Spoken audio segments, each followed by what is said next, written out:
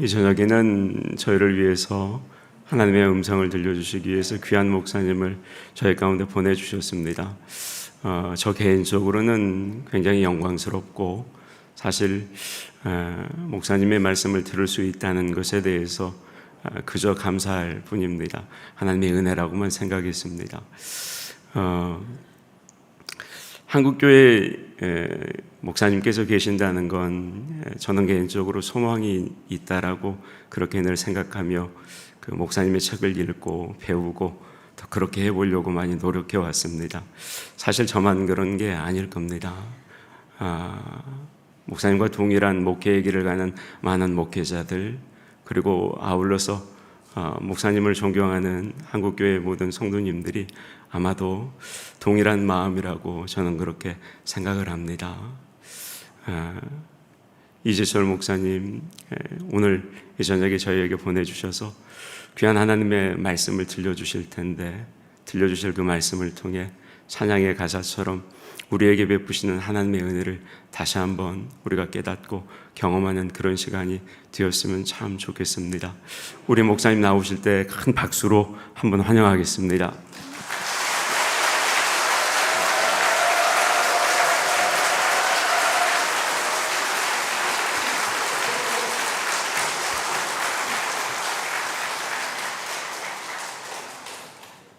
여러분은 모두 삼위일체 하나님을 믿는 그리스도인이라고 고백하는 분들입니다. 그래서 오늘 이 수요일 밤에도 지금 예배당에 나와 계십니다. 제가 질문을 하나 드리겠습니다. 여러분들이 하나님을 믿는 그리스도인이라고 고백하는 그 믿음이 참된 믿음이라는 것은 무엇으로 어떻게 입증되고 있습니까? 나의 믿음이 참된 믿음인가? 나의 믿음이 참된 믿음으로 일상의 삶 속에서 입증되고 있는가? 라는 것을 단 한 번도 생각해 보신 적이 없다면 여러분은 여러분들의 믿음을 새롭게 점검하셔야 합니다. 믿음이라는 이 단어를 헬라어로 피스티스라고 합니다. 우리나라 말은 믿음이라는 단어도 있고 신실이라는 단어도 있는데, 믿음을 가리키는 헬라어 단어 피스티스는 믿음, 신실 뜻을 동시에 가지고 있습니다. 헬라 말에는 믿음이라는 말과 신실이라는 말이 구별되지 않습니다. 헬라 말로 믿음은 곧 신실입니다. 여러분들이 성경을 읽으시다가 신약 성경에서 믿음이라는 단어를 만나시죠. 그 믿음이라는 단어의 뜻을 더 정확하게 이해하시려면 그 믿음이라는 단어를 신실이라는 단어로 대체해 보시면 알 수 있습니다. 예를 들어 보겠습니다. 마태복음 21장 22절입니다. 너희가 기도할 때에 무엇이든지 믿고 구하는 것은 다 받으리라. 예수님 말씀이세요. 여러분, 이 말씀 얼마나 좋아하십니까? 믿고 구하면 다 받는다는 거예요. 그래서 기도회 시간에 단골 성경 구절입니다. 주님, 내가 믿고 구했으니 주세요. 이렇게 기도합니다. 근데 여러분, 평생 예수를 믿으면서 여러분이 믿고 구하는 것을 다 받으셨습니까? 만약에 이 자리에서 누구든지 나는 평생 예수 믿으면서 믿고 구하는 거 다 받았습니다 라고 말하는 사람이 있다면 그 사람은 거짓말하는 사람입니다. 믿고 구하는 것, 믿음이라는 단어죠. 신실로 바꿔보십시다. 너희가 기도할 때에 무엇이든지 신실하고 구하는 것은 다 받으리라. 예수님께서는 이런 의미로 말씀하신 거예요. 여러분, 신실한 사람이 헛것을 구하겠습니까? 신실한 사람이 무의미한 세상의 것을 구하겠습니까? 신실한 사람이 욕망의 것을 구하겠습니까? 신실한 사람은 더 신실한 삶을 위해서 기도합니다. 너희들이 더 신실한 삶을 위해서 기도하면 내가 다 이루어 주리라. 신실하신 주님께서 그런 기도는 다 응답해 주신다는 것입니다. 요한복음 15장은 포도나무 비유로 일컬어집니다. 예수님께서 얘들아 나는 포도나무고 너희들은 가지야 이렇게 말씀하셨습니다. 요한복음 15장 7절입니다. 너희가 내 안에 거하고 내 말이 너희 안에 거하면 무엇이든지 원하는 대로 구하라. 그리하면 이루리라. 내가 포도나무인데 너희가 내 안에 거하고 내 가지가 되고 내 말이 너희 안에 거하면 포도나무인 내 진액이 가지인 너희들 속에 들어가면 무엇이든지 원하는 대로 구하라. 그리하면 다 받으리라. 여러분, 포도나무에 붙어서 포도나무의 진액을 받는 포도나무 가지가 망고 열매를 기도하겠습니까? 파인애플이 되기를 기도하겠습니까? 사과가 되기를 기도하겠습니까? 그런 일은 있을 수 없습니다. 포도나무에 붙은 포도나무 가지가 되어서 그 포도나무의 진액을 받는 가지라면 보다 좋은 포도 열매를 맺기 위해서 기도합니다. 너희들이 그렇게 기도하는 한 다 받으리라. 이처럼 믿음은 신실입니다. 내가 예수를 믿으면 신실하게 살게 되어 있습니다. 무엇에 대해? 하나님의 말씀에 대해. 어제까지는 내가 등한시하던 하나님의 말씀을 내가 쫓는 사람이 됩니다. 어저께까지는 내가 세상의 것을 붙잡고 내 인생을 허망하게 허공에 다 흩날려 버렸는데 오늘부터 예수 그리스도의 말씀 안에서 나의 시간을 영혼으로 건져 올리는 신실한 삶을 삽니다. 그러니까 예수를 바르게 믿으면 그 사람의 믿음은 눈에 보이지 않을 수가 없습니다. 그래서 믿음이라는 명사의 헬라어는 피스티스인데 믿다는 동사는 헬라어로 피스티오입니다. 이 피스티오는 바로 입증하다는 의미입니다. 여러분, 믿음은 믿음 그 자체로서 스스로 입증됩니다. 내가 죄송합니다. 내가 믿지도 않으면서 믿는 척하는 가짜 그리스도인이라면 내가 가짜라는 것은 나의 일상의 삶을 통해 매일매일 입증됩니다. 내가 참된 그리스도인이라면 하나님의 말씀에 대해 신실한 삶으로 나의 믿음이 참된 믿음이라는 것이 매일 입증됩니다. 입증되지 않는 믿음은 없습니다. 여러분, 젊은 청춘 남녀가 서로 사랑한다고 하십시다. 그러면요, 내가 너를 사랑해 말하지 않아도 눈빛을 통해서, 얼굴 표정을 통해서, 행동을 통해서 사랑이 그냥 입증됩니다. 거꾸로 내가 저 상대를 증오한다고 해보십시오. 그 사람의 모든 몸짓이 나는 너를 증오해 하고 절규합니다. 증오도 입증되는 거예요. 이와 똑같습니다. 믿음은 입증되는 것입니다. 만약에 제가 어떤 분을 만나서 이렇게 얘기한다고 하십시다. 제게 100만 원이 공짜로 생겼습니다. 그런데 저는 지금 돈이 필요 없습니다. 만약에 당신이 100만 원이 필요하다면 제가 100만 원을 당신에게 드리겠습니다. 그러면 만약에 제 말을 믿는 사람이라면 눈이 반짝반짝해지면서 표정이 바뀌겠죠. 만약에 제 말을 믿지 않는 사람이라면 이건 또 무슨 사기인가?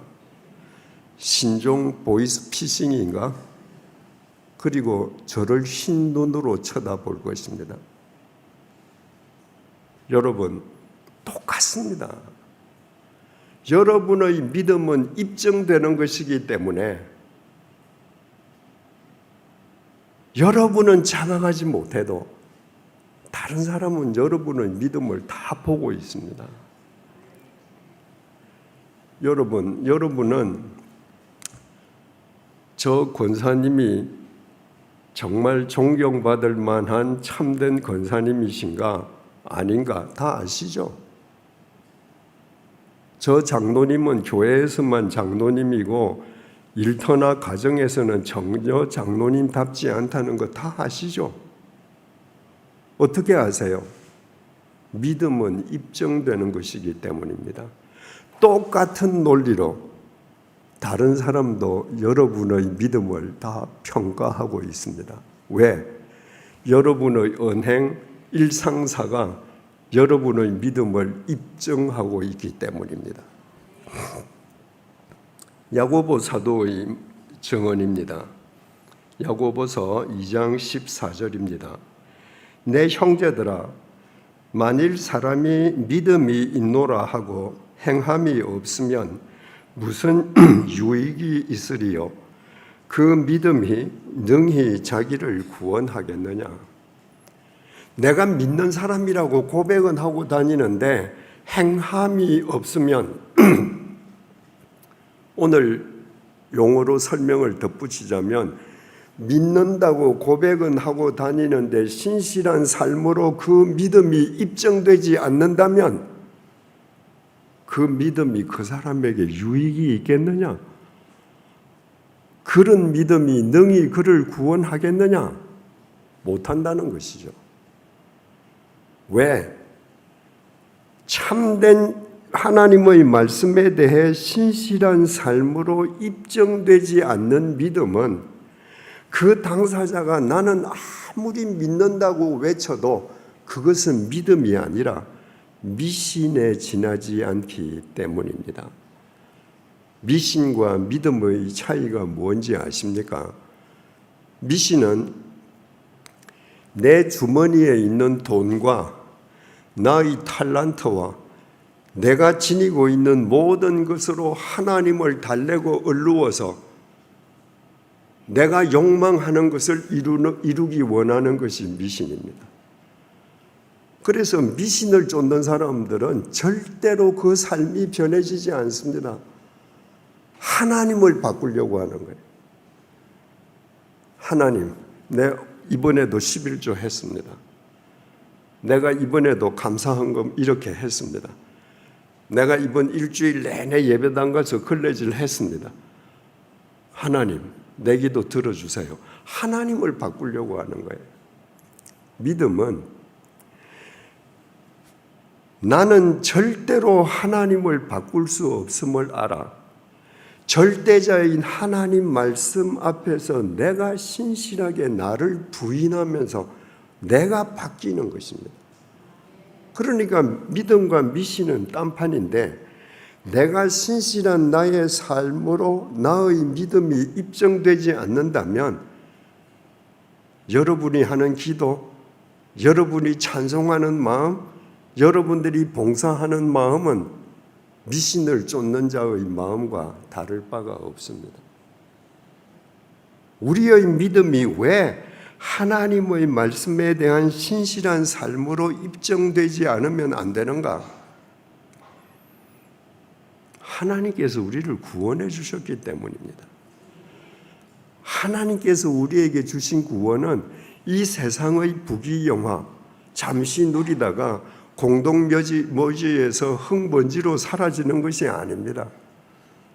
하나님께서 우리에게 주신 구원은 영원한 생명, 영원한 나라, 하나님의 나라입니다. 우리의 목표는 이 세상이 아니라 영원하신 하나님의 나라입니다. 이 땅에서부터 그 나라를 사는 것입니다. 그것을 믿는 사람이라면 매일매일 그 삶이 영원하신 하나님의 말씀 앞에서 신실한 삶으로 입증되어 가지 않을 수 없는 것입니다. 이와 같은 토대 위에서 오늘 본문을 함께 살펴보시겠습니다. 1절입니다. 아람 왕의 군대 장관 나아만은 그의 주인 앞에서 크고 존귀한 자니, 아람 나라의 군대 장관 나아만은 그의 주인 바로 아람 나라 왕 앞에서 크고 존귀한 자였습니다. 옛날의 군대 장관, 지금으로 말하면 국방부 장관이죠. 지금 우리나라 국방부 장관은 강요들 중의 한 명일 뿐이지만 옛날에는 3권을 왕 한 사람이 쥐고 있지 않습니까? 근데 모든 군사력을 군대 장관에게 맡긴다는 것은 그 나라의 2인자로 세우는 겁니다. 아람 나라의 왕 다음으로 제2인자로 크고 존귀한 사람으로 존경받는 사람이에요. 나아만이 어떻게 이렇게 되었을까? 이는 여호와께서 전에 그에게 아람을 구원하게 하셨습니다. 언젠지는 모르지만 아람 나라가 큰 위기에 처했을 때 이 나아만이 군대를 끌고 아람을 위기에서부터 구해내었습니다. 근데 성경이 뭐라고 하는가? 여호와께서 전에 그에게 아람을 구원하게 하셨습니다. 여러분, 나아만은 아람 사람입니다. 이방인입니다. 하나님을 모릅니다. 지금 나아만이라는 사람은 옛날에 내가 우리나라를 위기에서 구원한 그 대승리를 거둔 것이 하나님께서 내게 주신 은혜였다는 걸 모릅니다. 그런데 하나님께서는 하나님을 알지도 못하는 나아만을 위해서 그에게 은혜를 베풀어 주셨습니다. 여러분, 바울 사도가 로마서 5장 8절을 통해서 뭐라고 고백합니까? 우리가 아직 죄인 되었을 때, 무슨 말이죠? 우리가 아직 하나님을 알지도 못할 때 그리스도께서 우리를 위하여 십자가에서 죽으심으로 하나님께서 우리에 대한 당신의 사랑을 확증하셨느니라. 우리가 하나님을 알기도 전에 하나님 아버지께서는 우리를 위한 구원을 완성시키시고 우리를 위해서 일을 하신 분이십니다. 그분이 지금 나만이 하나님을 알기도 전에 나만을 위해서 역사하신 거예요. 여러분, 여러분이 알지 못한다고 하나님께서 여러분을 위해 역사하지 않는다고 믿지 않는 어리석음을 범하지 마십시오. 내 눈에 안 보여도 하나님은 언제나 치밀하게 나를 위해서 역사하고 계시는 분이십니다. 그래서 하나님을 알지도 못하는 나아만을 하나님께서 들어서 크게 승리를 거두게 하시고 나아만 나라 제2인자가 되게 하셨습니다. 1절 다시 읽겠습니다. 아람 왕의 군대 장관 나아만은 그의 주인 앞에서 크고 존귀한 자니 이는 여호와께서 전에 그에게 아람을 구원하게 하셨습니다. 그는 큰 용사이나 나병 환자더라. 아람 나라 제2인자인데 저주받은 한센병자였습니다. 여러분, 지금도 한센병자라고 하면 저주받은 병이라고 생각하는 사람들이 많습니다. 2000년 전에야 오죽했겠습니까? 그런데 여러분 생각을 해보십시다. 이 존귀한 아람 나라의 제2인자 나만 장군이 한센병에 안 걸렸으면 하나님을 알 수 있었겠습니까? 세상 사람들이 보기에 나만이 걸린 한센병은 저주의 병이었지만 하나님의 구원의 섭리의 관점에서 보자면 나만을 구원하기 위한 하나님의 은혜였습니다. 여러분, 혹시 저주받은 것 같은 인생을 사시는 분이 계십니까? 저주의 터널 속에 갇혀서 끝이 보이지 않습니까? 여러분, 그 상황을 주신 분이 하나님이십니다. 그러므로 소망을 가지십시오. 반드시 그 터널은 끝이 납니다. 하루하루 지날 때마다 하나님께서 주시는 새날이 여러분에게 다가가고 있습니다. 2절 말씀입니다. 전에 아람 사람이 떼를 지어 나가서, 아람 사람이 떼를 지어 나갔다는 것은 도적떼를 말합니다. 아람 도적떼가 자주 이스라엘을 침공해서 노략질을 하고 사람들을 잡아오고 했습니다. 마치 옛날에 일본 왜구들이 현해탄을 건너서 우리나라 한반도 남쪽에 있는 마을들을 습격해서 노략질하고 사람들을 잡아가던 것과 똑같습니다. 이스라엘 땅에서 어린 소녀 하나를 사로잡음에 이스라엘 땅에 가서 노략질만 한 게 아니라 이 아람 도적대들이 히브리 어린 소녀 하나를 사로잡았습니다. 노예로 사로잡은 겁니다. 여러분, 이 사로잡힌 소녀가 어떻게 됐는가? 그가 나만의 아내에게 수종들더니 이 도적대들이 자기네들이 잡아온 그 히브리 어린 소녀를 나만의 아내에게 팔았습니다. 그래서 이 소녀는 나만 아내의 몸종이 되어서 수종들기 시작했습니다. 지금 나만을 위한 하나님의 역사가 시작되었습니다. 이때 도적대들이 가서 잡아온 어린 소녀가 에돔 소녀였다? 안 됩니다. 어디 다른 나라 소녀였다? 안 됩니다.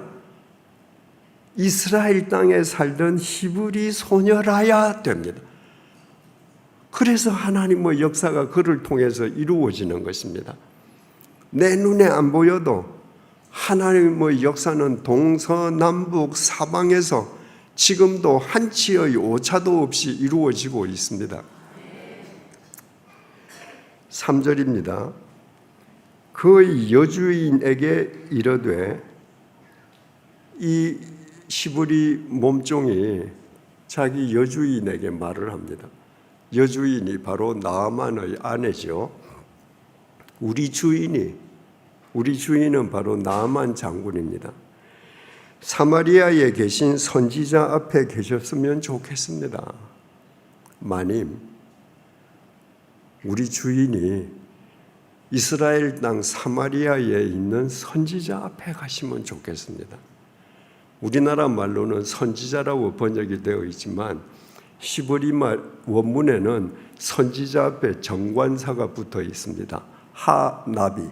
그래서 정확하게 번역하면 사마리아 땅에 있는 그 선지자 앞에 가시면 좋겠습니다. 이스라엘 땅에 선지자가 많았습니다. 그런데 엘리사 시대의 사람들은 그 많은 선지자들과 구별해서 엘리사를 부를 때는 엘리사 이름을 부르지 않고, 엘리사는 워낙 큰 사람이기 때문에 정관사를 붙여서 그 선지자라고 했습니다. 그래서 우리 주인께서 사마리아에 있는 그 선지자 엘리사를 찾아가시면 참 좋겠습니다. 무슨 말인가? 그가 그 나병을 고치리이다 하는지라. 그 선지자가 우리 주인의 한센병을 고쳐주실 것입니다. 여러분, 지금도 한센병에 걸리면 격리의 대상입니다. 그리고 가족들은 모두 시시합니다. 만약에 그 미혼인 자녀가 있는 가정이라면 그 자식들의 혼사가 막힌다고 생각합니다. 부모들은 우리 집에서 한센병자가 나와서 결혼 못 시킵니다. 그리고 이웃들도 상대를 하지 않습니다. 혹시 전염될까 봐. 그러니까 예전에는 한센병에 걸리면 우리나라에서 그 자식을 없는 것으로 치고 호적에서 지우기도 했습니다. 옛날도 2000년 전에도 다 마찬가지거든요. 그래서 한센병에 걸리면 반드시 격리를 했습니다. 마을 사람들에게 전염되지 않도록 마을에서 떨어진 곳에 격리를 해야 했습니다. 만약에 격리된 한센병자가 임의로 마을로 들어온다. 그러면 사람들이 돌로 칠 수가 있었습니다. 가라고. 지금 나만 장군이 한센병에 걸렸으면 수용소에 격리되어야 되잖아요. 그런데 이 나만은 아람 나라 제2인자입니다. 그의 저택이 얼마나 크겠습니까? 그 저택 안에 방이 얼마나 많겠습니까? 그러니까 자기 저택 안 한 방에서 지금 격리되고 있는 겁니다. 그러면 그 집의 분위기를 한번 생각해 보십시오.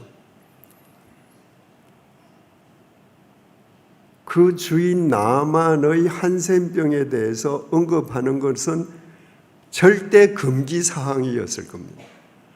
그 가족들, 거기서 있는 식솔들, 하인들, 우리 주인의 한센병 절대 입에 담으면 안 되었을 겁니다.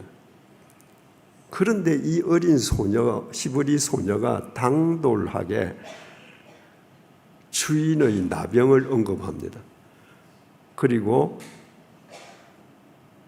선지자 엘리사 앞에 가면 그가 한센병을 고쳐줄 겁니다. 여러분, 만약에 이때 이 히브리 소녀가 당돌하게 이 말을 하지 않았더라면 나만을 치유하는 하나님의 역사는 이루어지지 않습니다. 우리는 하나님을 믿는 사람들입니다. 천지를 창조하신 하나님, 그 하나님을 믿는 사람은 세상을 목적으로 삼는 사람들과 사고방식이 달라야 합니다. 그래서 우리의 언행, 우리의 말이 하나님을 믿지 않는 사람이 볼 때에는 때로 당돌하게 보일 수가 있습니다. 예수님께서 십자가에 못 박혀 돌아가셨습니다. 무슨 죄명으로? 국사범입니다. 왕을 참칭했다는 거예요. 예수님의 제자들까지 다 도망갔습니다. 국사범으로 죽으면 예로 그를 알던 사람도 외면합니다. 왜냐하면 잘못하면 나도 엮일 수 있거든요. 그런데 마가복음 15장 43절 보면 아리마대 사람 요셉이 와서 당돌히 빌라도에게 들어가 예수의 시체를 달라 하니 이 사람은 존경받는 공회원이요 하나님의 나라를 기다리는 자라.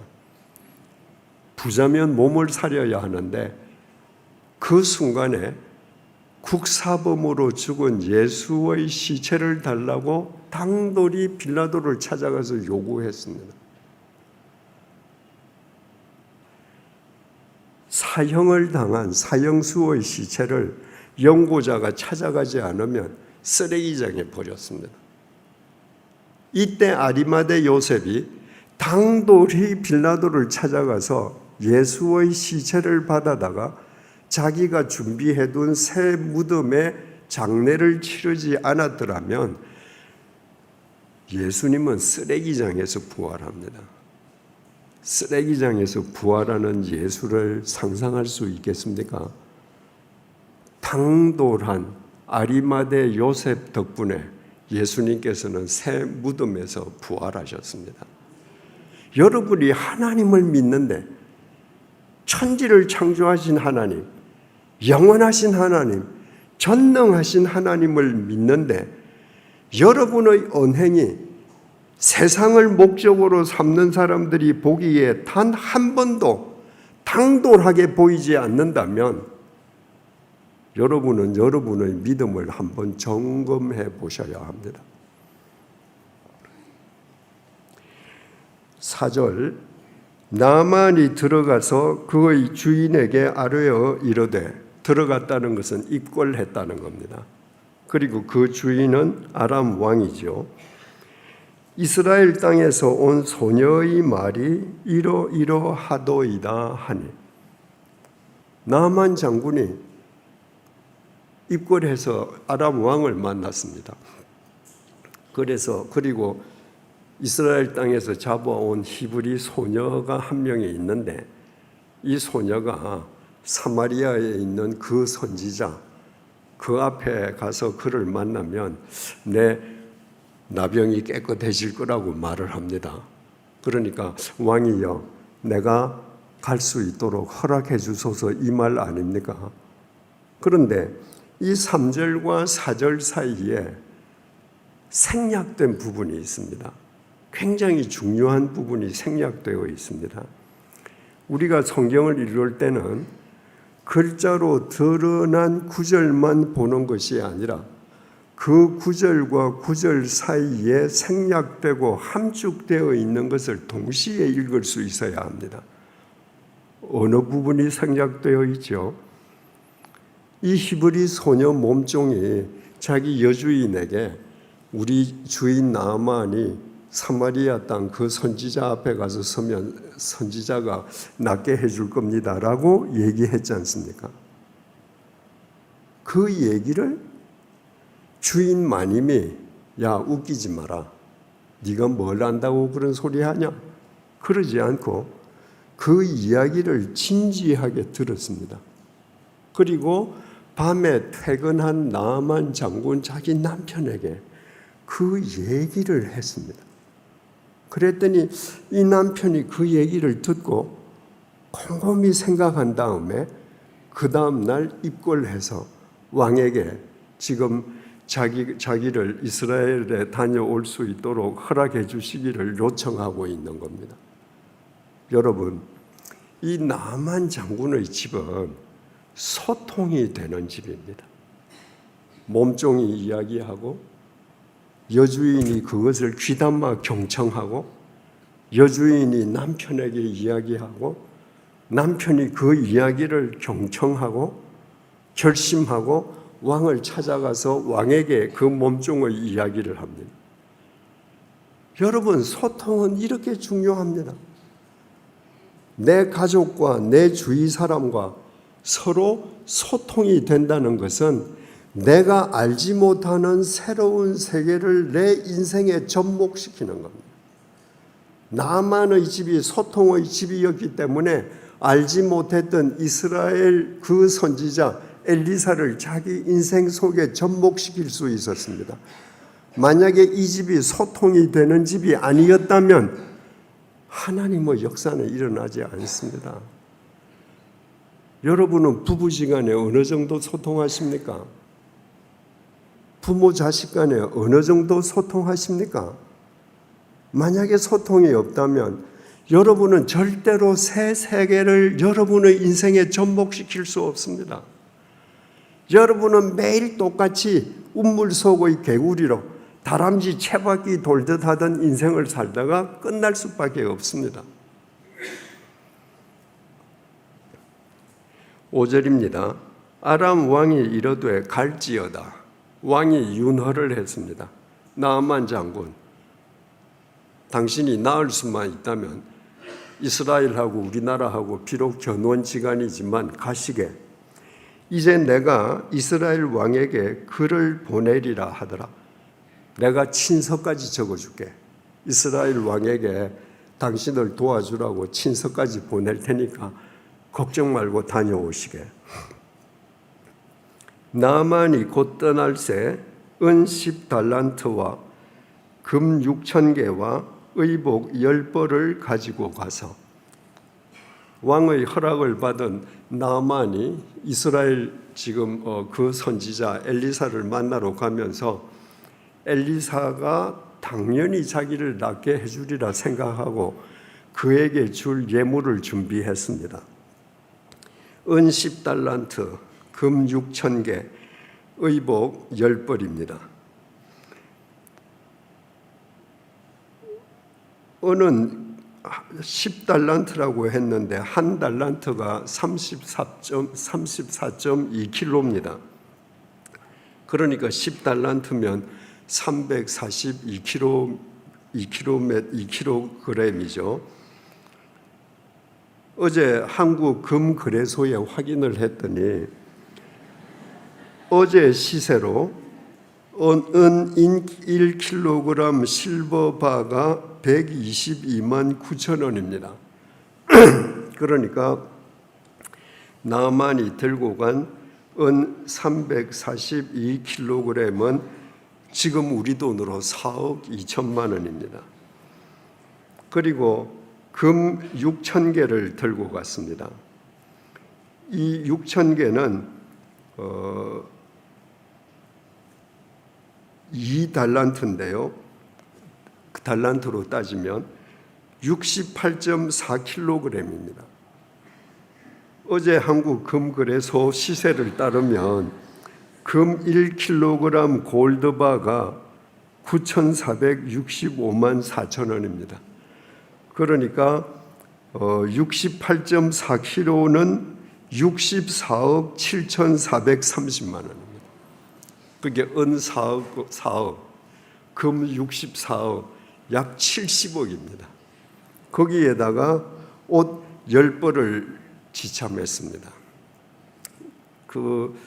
우리 영화 같은 거 보면 이스라엘 사람들은 이 어깨에서 저 무릎까지 가는 통 원피스에 위에 조끼 같은 거 하나 걸치고 살지 않습니까? 평생을 대부분의 이스라엘 사람들은 한 벌로 평생을 살았습니다. 왜? 옷값이 너무 비싸니까. 그래서 구약 성경을 보면 옷을 전당 잡히잖아요. 옷이 재산입니다. 그러니까 뭐 예를 들어서 나만 장군이 들고 간 옷 10벌이 금색 수가 놓아져 있다, 혹은 보석이 붙어져 있다, 그러면 그 10벌 가격도 엄청났을 것입니다. 이런 예물을 들고 지금 나아만이 그 선지자 엘리사를 찾아갑니다.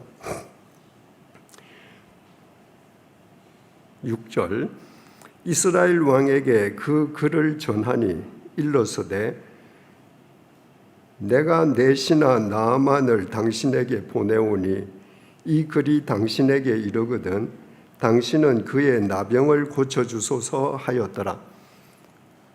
일단 나아만은 선지자 집을 모르니까 이스라엘 왕을 먼저 찾아가서 아람 나라 왕이 자기에게 준 친서를 바쳤습니다.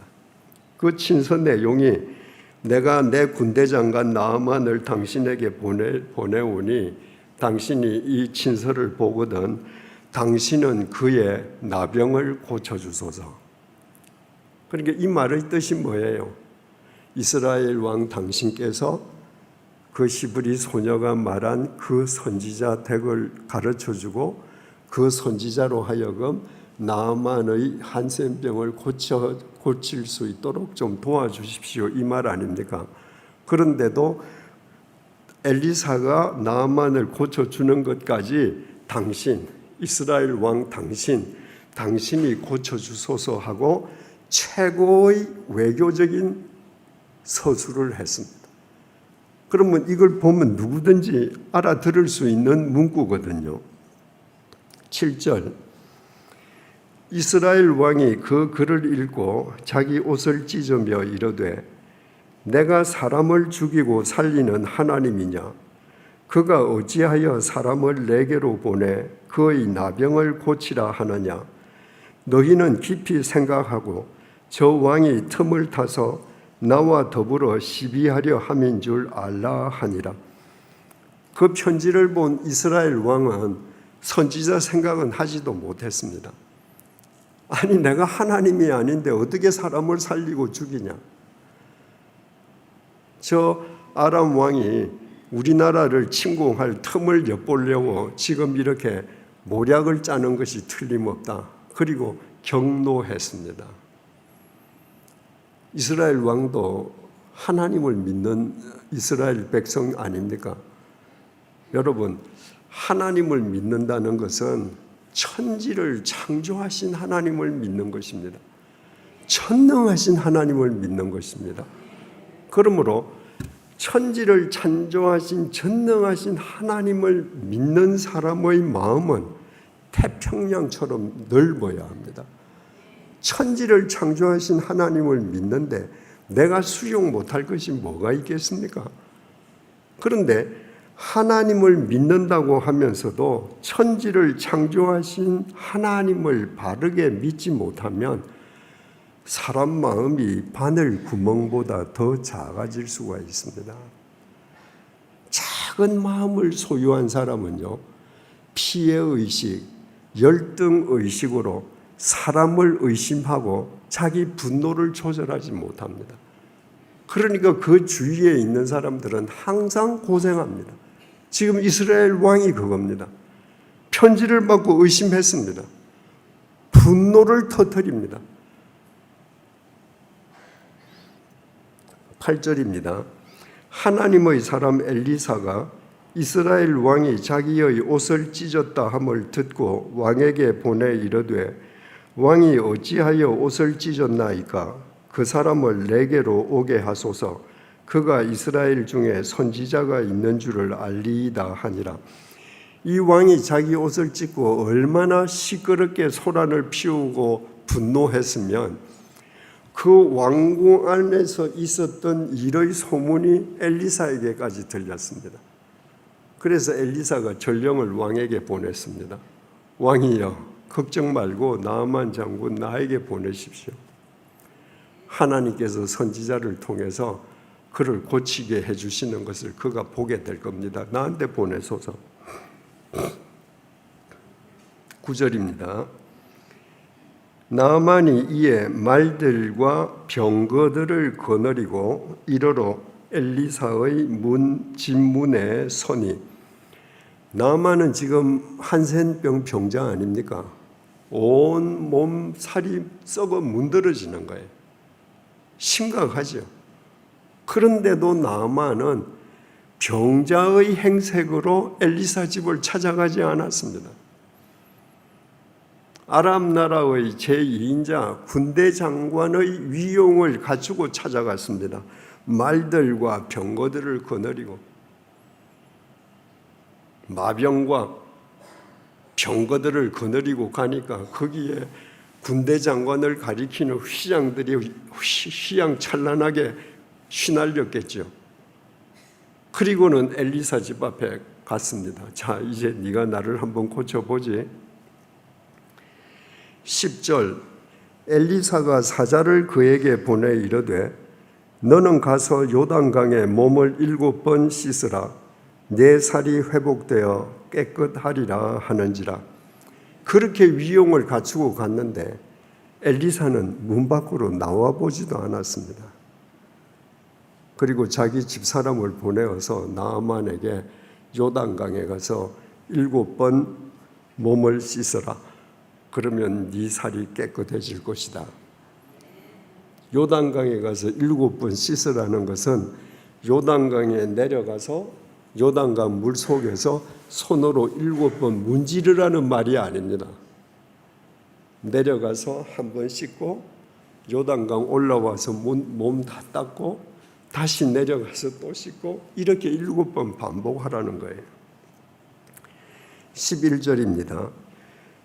나아만이 노하며 물러가며 이르되, 그 말을 듣고 나아만이 대노했습니다. 그리고 뒤돌아서 다시 자기 집으로 가는 길에 올랐습니다. 왜 나아만이 대노했는가? 두 가지 이유입니다. 첫째는 11절 다시 읽습니다. 나아만이 노하여 물러가며 이르되, 내 생각에는 나만이 대노했던 첫 번째 이유는 자기 생각하고 딴판이었기 때문입니다. 나만은 어떻게 생각했는가? 그가 내게로 나와 서서 그가 이렇게 내가 병거를 거느리고 마병을 데리고 이렇게 휘장을 끌고 이렇게 위용을 갖춘 내 앞에 와서 서서 그의 하나님 여호와의 이름을 부르고 그의 신을 불러내리고 그의 손을 그 부위 위에 흔들어 나병을 고칠까 하였노라. 자기 썩어 문드러지는 살 위에 손을 막 흔들어서 그래서 고칠 거라고 생각했다. 지금 나아만은 무슨 생각하는가? 무당 생각하는 거. 엘리사가 무당처럼 나와서 신을 부르고 그 신을 힘입어서 자기 부위를 막 흔들면서 고쳐주리라고 생각했는데 코빼기도 안 보였습니다. 화가 난 거예요. 두 번째 화는 12절에 이유가 나와 있습니다. 다메섹강 아바나와 바르비일은 이스라엘 모든 강물보다 낫지 아니하냐? 내가 거기서 몸을 씻으면 깨끗하게 되지 아니하려 하고 몸을 돌려 분노하여 떠나니. 아람 나라에는 요단강보다 더 맑은 물이 많습니다. 그런데 엘리사가 그 위대하다는 선지자가 고작 내려준 처방이 아람 나라에 있는 강물보다도 깨끗하지 않은 요단강에 가서 7번 목욕하라는 거예요. 한 번 씻고 올라와서 몸 닦고 내려가서 씻고. 그러니까 아람 나라 2인자인 나아만이 경노했습니다. 아마 여러분도 나아만 같은 마음으로 엘리사를 찾아갔다가 이 말을 들으면 그 자리에서 순종하기는 어려울 거예요. 고작 이거 하라고 아마 화내기가 쉬울 거예요. 그래서 지금 나아만은 분노 속에서 자기 집으로 돌아가려고 합니다. 13절입니다. 그의 종들이 나와서 말하여 이르되. 지금 이 나아만 주위에는 부관도 있고 장조도 있고 마병도 있고 다 있지 않습니까? 그런데 지금 군대 장관이 경노해서 집으로 돌아가는데 누가 그 앞에서 감히 말을 할 수 있겠습니까? 그 군대 장관에게 말을 건넨 사람은 종들, 노예였습니다. 당돌한 노예가 그 자리에 있었습니다. 노예가 하는 말을 나만이 배척하지 않았습니다. 그 노예의 말을 나만이 경청합니다. 소통이 또 이루어지는 거예요. 그의 종들이 나와서 말하여 이르되 내 아버지여 선지자가 당신에게 큰 일을 행하라 말하였다면 행하지 아니하였으리이까. 하물며 당신에게 이르기를 씻어 깨끗하게 하라 함이리이까 하니. 그 노예들이 말하기를 아버지여 주인이여 이 말과 같지요. 만약에 그 선지자가 당신에게 어려운 일을 시켰더라면 당신은 기꺼이 행하겠죠. 예를 들어서 엘리사가 말입니다. 나아만 장군, 당신 지금부터 1년 동안 일체 아무것도 먹지 말고 물하고 소금만 먹으시오. 그리고 매일 새벽에 일어나서 2시간 동안 하늘을 우러러보고 손을 비비면서 하나님께 기도하시오. 아마 이랬더라면 나아만은 반드시 그렇게 했을 겁니다. 그건 대단히 어려운 일이니까. 근데 요단강에 가서 목욕하라는 것은 이거는 너무 쉬운 일이니까 나아만이 지금 화를 냈단 말이죠. 그게 아버지요. 어려운 일을 시켰으면 당신이 했을 텐데 이렇게 쉬운 일을 시키는데 당신 왜 안 합니까? 믿져야 본전인데 한번 해보세요. 나아만이 그 말을 경청했습니다. 14절 나아만이 이에 내려가서 하나님의 말대로 요단강에 7번 몸을 잠그니 그의 살이 어린아이의 살같이 회복되어 깨끗하게 되었더라.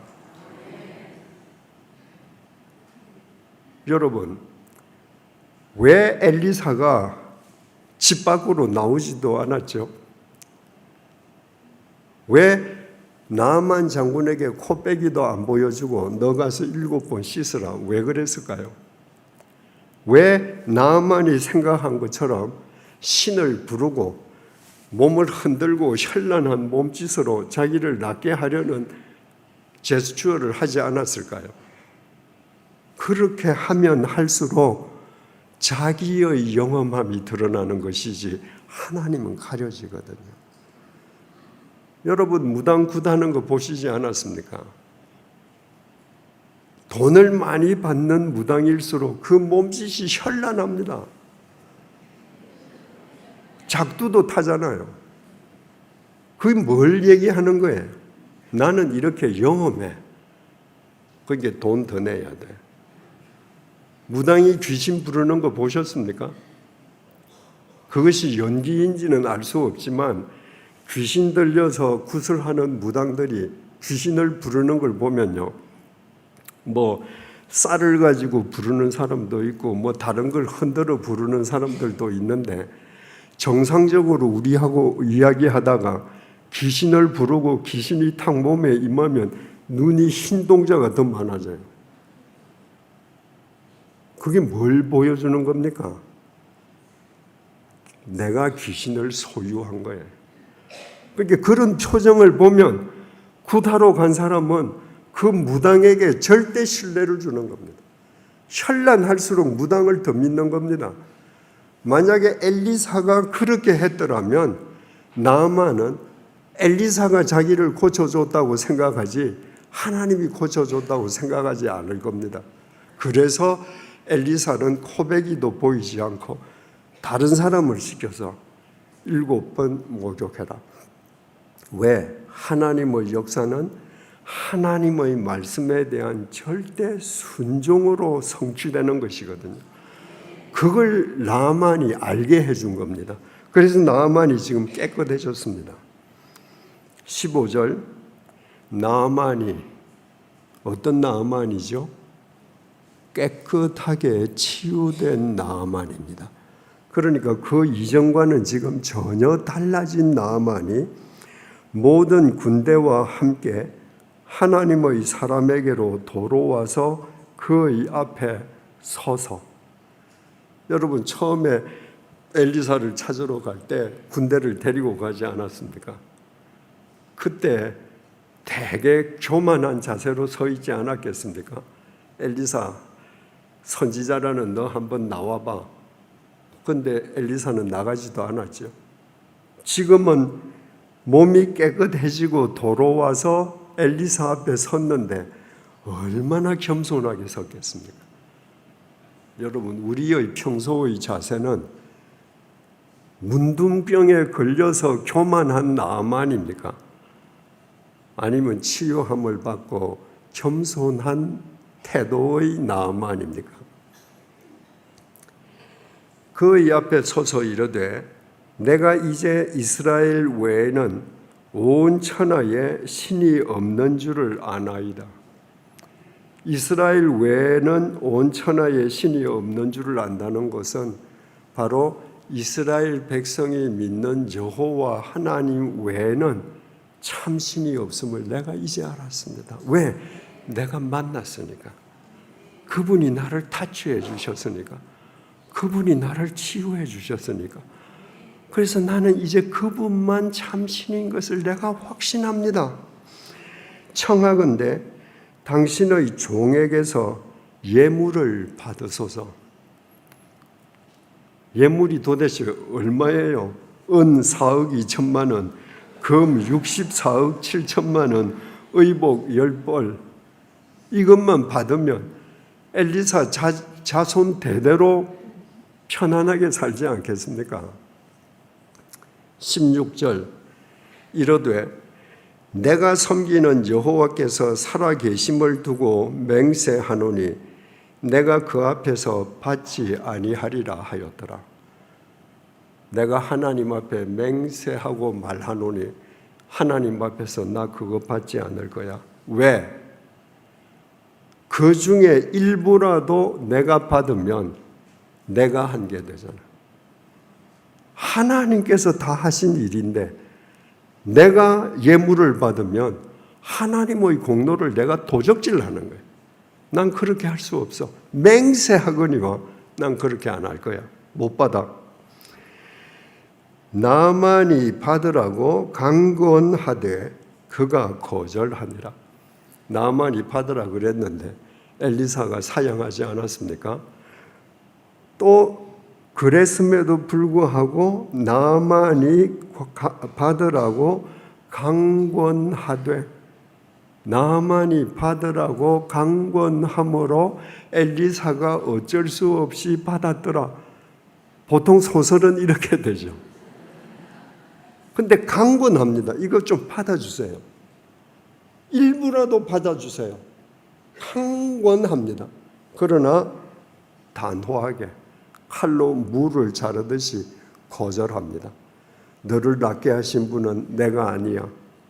하나님이시여. 하나님께 감사해. 17절 나만이 이르되 그러면 청하건대 노새 2마리의 실을 흙을 당신의 종에게 주소서. 이제부터는 종이 번제물과 다른 희생 제사를 여호와 외 다른 신에게는 드리지 아니하고 다만 여호와께 드리겠나이다. 노새 2마리에 그 이스라엘 땅 흙을 좀 실어 달라는 거예요. 내가 여호와만 참 신인 줄 안 이상 내가 아람 나라에 돌아가서도 하나님에게만 내가 희생 제사와 번제 제사를 드리겠다는 겁니다. 그런데 이왕이면 이스라엘에서 가져간 흙으로 제단을 쌓아서 그 위에서 내가 제사를 드리겠다. 18절 오직 한 가지 일이 있사오니 여호와께서 당신의 종을 용서하시기를 원하나이다. 곧 내 주인께서 림몬의 신당에 들어가 거기서 경배하며 그가 내 손을 의지하심에 내가 림몬의 신당에서 몸을 굽히오니 내가 림몬의 신당에서 몸을 굽힐 때에 여호와께서 이 일에 대하여 당신의 종을 용서하시기를 원하나이다. 나만이 엘리사에게 한 가지를 간청을 합니다. 나는 이제 하나님만 신인 줄 확실히 압니다. 근데 우리 아람 나라의 왕은 림몬 신당에 들어가서 그 림몬 신상에게 경배를 하면서 그 림몬 신상을 섬기는데 내가 군대 장관이기 때문에 연로한 왕이 그 신상 앞에 절을 하고 경배할 때 내가 부축하고 나도 같이 해야 됩니다. 내가 앞으로 절을 하더라도 저거는 돌멩이일 뿐이요 죽은 우상일 뿐이요 참신은 여호와인 것을 내가 알고서 할 테니까 내 마음을 이해하시고 용서해 주시기를 바랍니다. 당신이 용서하는 게 아니라 하나님께서 용서해 주시기를 바랍니다. 그 얘기는 엘리사 당신이 하나님께서 나를 용서해 주시기를 간구해 주십시오. 이 얘기죠. 19절 상반절 엘리사가 이르되 너는 평안히 가라 하니라. 평안히 가라 이 말이 히브리 원문에 샬롬이라고 기록되어 있습니다. 샬롬이라는 건 평화, 평안이라는 말이죠. 그게 인사말이기도 하고 평안을 비는 덕담이기도 합니다. 이 문장으로 보면 나만 장군이 아람 나라로 돌아가서 자기 직책상 어쩔 수 없이 왕을 부축해서 림몬 신상 우상 앞에 절을 하는 것을 엘리사가 묵인해 주는 것처럼 보입니다. 왜 그럴까요? 아람 나라는 하나님을 믿는 나라가 아닙니다. 지금 나아만 장군은 한센병을 통해서 하나님을 만났는데 아람 나라에서 하나님을 믿는 사람은 나아만 한 사람밖에 없습니다.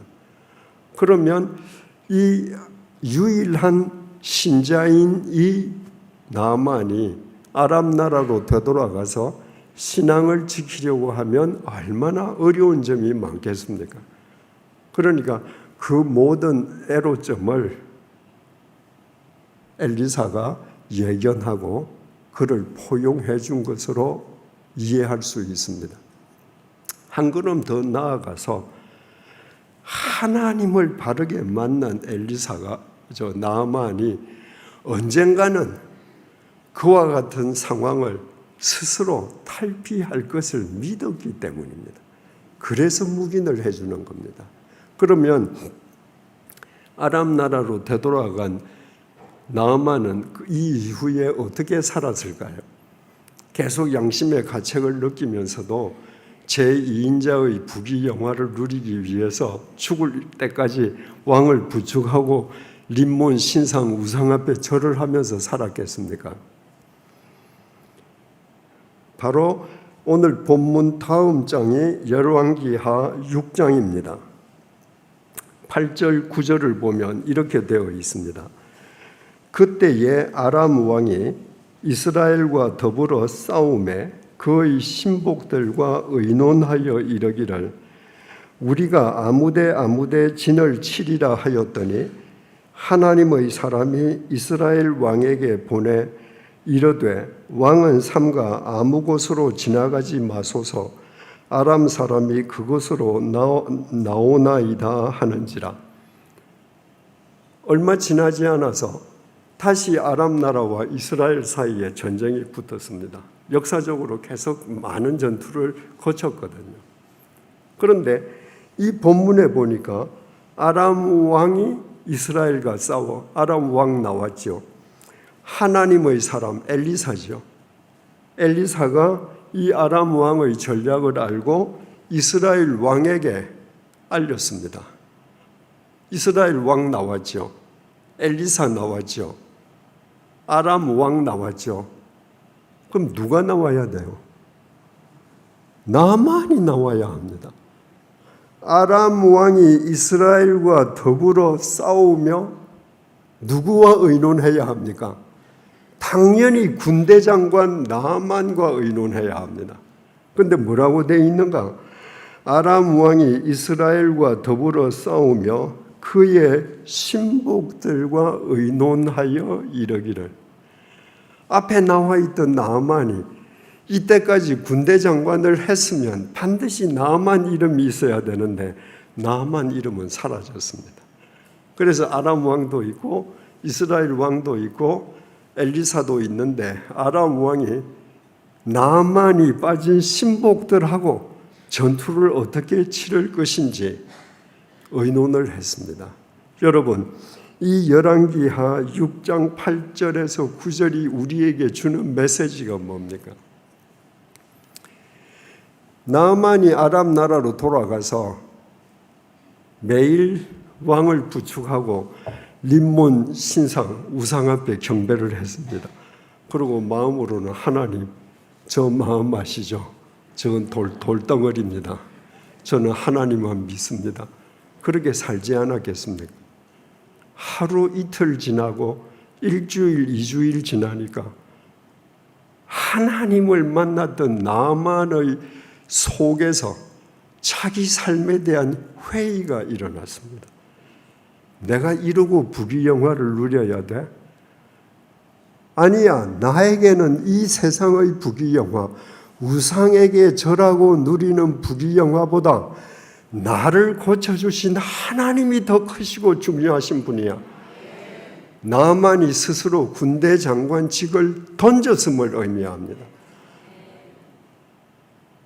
나만은 부귀영화를 누릴 수 있는 군대 장관직을 스스로 던짐으로써 하나님을 믿는 자신의 믿음이 참 믿음인 것을 스스로 입증했습니다. 만약에 이 열왕기하 6장 8절에까지 아람 왕이 이스라엘 왕과 전투를 벌이면서 나아만과 의논을 했다, 이렇게 나왔다면, 그런 인간이었다면 하나님께서 나아만을 구해주시지도 않았을 것 같아요. 독일의 요하임 바흐라는 사람이 이런 말을 했습니다. 하나님을 만난 경험을 4단어로 표현을 한 것입니다. 첫 번째 단어가 궁극성, 얼티못입니다.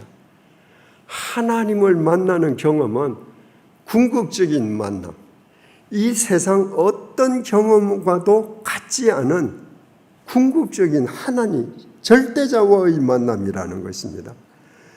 두 번째는 강렬함입니다. 인텐시티. 하나님을 만나는 경험이 얼마나 강렬한지 이 세상 그 어떤 경험으로도 그 강렬함을 비견할 수 없다는 겁니다. 세 번째 단어가 전체성, 토털리티입니다. 하나님을 만난 그 강렬한 경험은 내 삶의 한 부분에만 영향을 미치던가 내 머리에만 영향을 미치는 것이 아니라 내 삶의 전반에 걸쳐서 새롭게 영향을 미친다는 것입니다. 네 번째 단어가 그러므로 액션. 그 절대자를 만난 그 궁극성, 그 강렬함, 그 전체성은 반드시 하나님을 만난 자로 하여금 새로운 삶을 사는 행함으로 드러난다는 겁니다. 새로운 삶으로 드러나는 이 행함으로 입증되지 않으면 그 사람은 하나님을 만난 사람이 아니라는 겁니다. 여러분, 나아만은 지금 하나님을 만나고 엘리사에게 내가 림몬 신당에 내 직업상 절하더라도 용서해 주기를 간구합니다 라고까지 말하였음에도 불구하고 하나님을 만난 그 궁극성, 그 강렬함, 그 전체성으로 인해서 죽을 때까지 대대손손 부귀영화를 누릴 수 있는 아람 나라 제2인자 자리를 자기 발로 차버렸습니다. 여러분은 하나님을 믿으시고 그 믿음을 참된 믿음임을 입증하시기 위해 무엇을 버렸습니까? 나만이 미련 없이 차버린 것을 여러분들은 하나님의 이름으로 붙들려고 집착하는 미신의 소유자로 살고 있는 것은 아닙니까? 여러분은 하나님을 믿는다고 하면서 지금 무엇을 붙들고 있습니까? 림몬 신당에 있는 그 신상 우상입니까? 아니면 여러분을 구원하시고 여러분을 치유해 주신 하나님이십니까? 성경의 위인들을 보십시오. 전부 다 하나님을 만난 그 궁극성, 그 강렬함, 그 전체성 때문에 하나님께 모든 것을 던지는 삶으로 그들의 믿음을 스스로 입증한 사람들입니다. 모세는 80세에 미디안 광야에서 하나님의 부르심을 받았습니다. 이미 아내가 있고 자식들이 있었습니다. 장인 이드로가 양이 많은 부자였습니다. 당시 사람들은 다 100세 이상 살지 않았습니까? 모세는 그대로 있으면 안락한 여생을 누리다가 죽을 수 있었습니다. 그런데 하나님을 만난 모세는 하나님의 명령을 준행하기 위해서 당시 지중해 세계 최강대국인 이집트의 파라오와 단신으로 맞섰습니다. 내가 나를 구원하시고 나를 바로 세우신 하나님을 위해서 안락한 나의 노후를 버린 것입니다. 주님의 부르심을 받은 베드로는 그물과 배를 버렸습니다. 그의 삶으로 그의 믿음이 입증되었습니다. 다메섹 도상에서 아무런 공로 없이 주님의 부르심을 받은 바울, 일행이 있었음에도 불구하고 그 일행 중에서 바울 자신만 핀셋으로 뽑아내어 주신 그 주님을 만난 바울은 그동안 자기의 자랑으로 여겼던 모든 것을 배설물로 차버렸습니다. 그래서 그의 믿음이 참된 믿음인 것이 입증된 것입니다. 여러분, 어떤 교회가 좋은 교회입니까?